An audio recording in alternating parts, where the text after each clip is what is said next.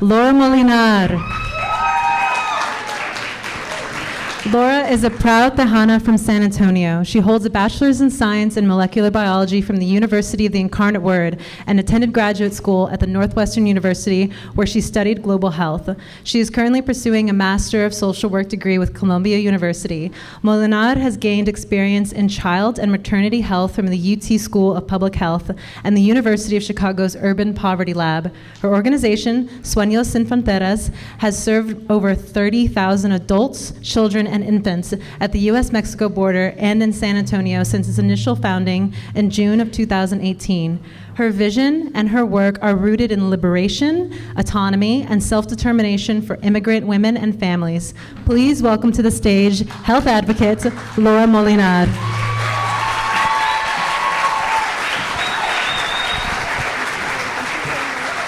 to meet you. So if you want, you have that mic, or if you'd like to hold it, it's up to you. I'll just hold it. And then I'm just gonna and then I just press the Space bar and talk right into the mic. Okay. All right. I'm a little nervous. Okay. So here we go.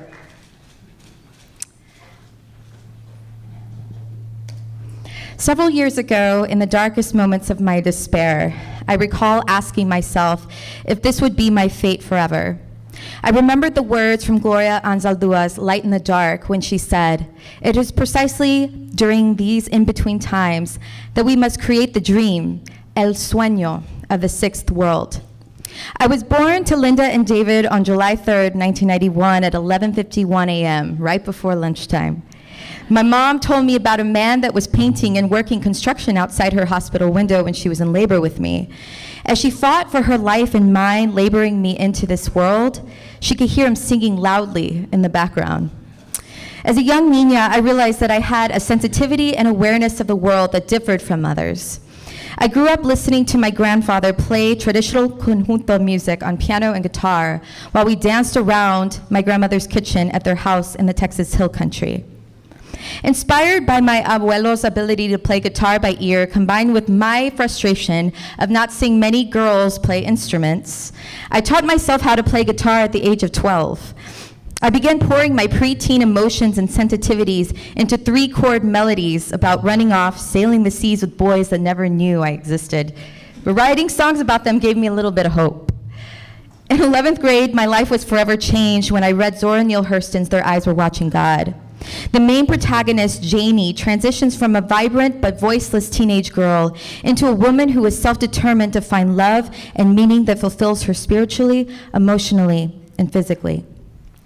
I related deeply to Janie as I painfully transitioned from my youth to adulthood. On paper, everything looked great, the prospect of medical school and a desire to help others. However, I became entangled in a web of dissolution and isolation that led to manipulation, consistent abuse, and abortion, and a period of tremendous darkness in my life. As I healed from these wounds, my thin-blooded Texas ass moved to the coldest city on earth.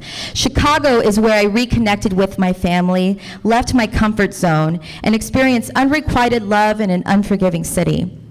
I became resourceful in myself and in my connections, which led to a sense of resiliency and mental toughness I never knew I had before. I came back to myself.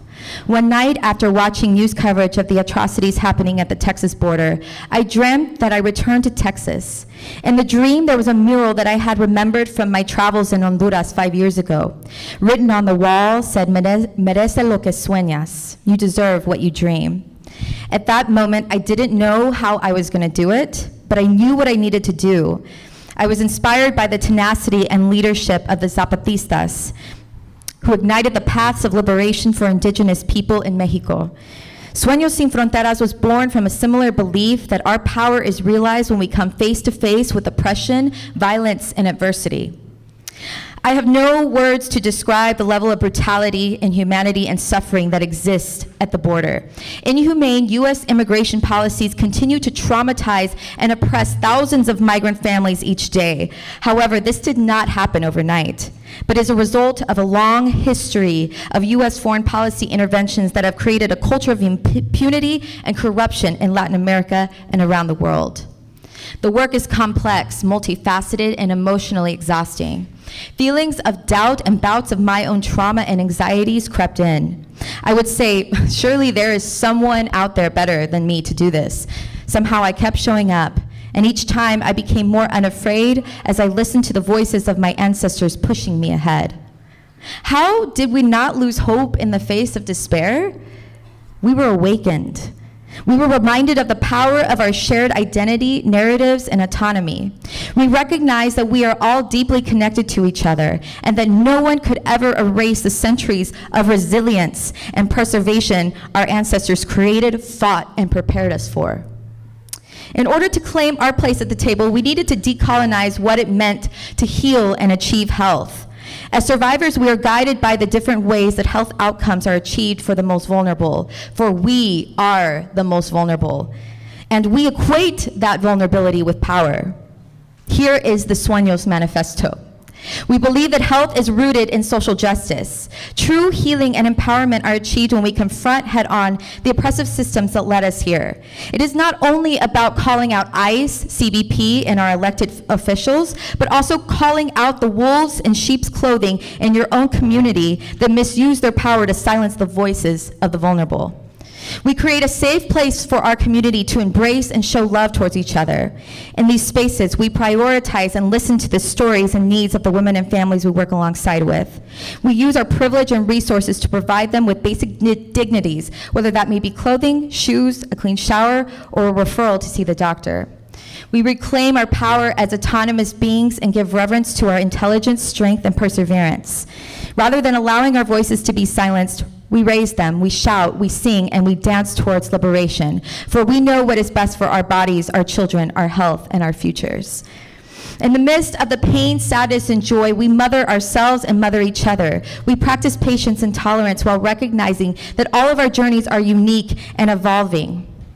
We give birth to not only children, but to our voices, ideas, movements, and resilience. We view collective healing and self-empowerment as an act of resistance in the face of tyranny and white supremacy. We call upon our community that shaped us, and we tap into our own cultural capital. We speak our truth, seek therapy, create art and cumbia just like our tias and abuelas taught us how. We radically affirm our identities, even when it seems like those around us are trying to silence them. We continue to show up, organize, and unapologetically call out injustices that threaten our lives and identities. We bear witness, even when it's uncomfortable and inconvenient, because we know that our liberation is bound to each other and that we are not free until everyone else is free. Finally, I end with a continuation of that Gloria Anzal Dua reading. May we allow Spirit to sustain and guide us from the path of dissolution.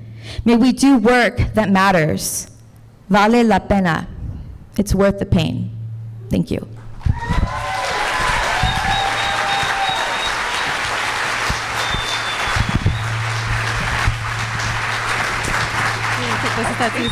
Thank you.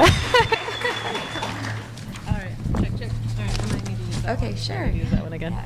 Thank you so much. That was a wonderful presentation. I don't know why you thought you were nervous at all. Obviously, when you speak about something that you're really passionate about, it comes through. And I think something that you said that I really loved and identified with was the idea of showing up, right? Even when you're doubting yourself, but if you believe in something and you show up to fight it or to help it or to, raise awareness of it, that you will, help it in a way. Right. And so I know you told a story about a moment in your life where you realized that this is a work you were going to want to do, that you were going to start participating in.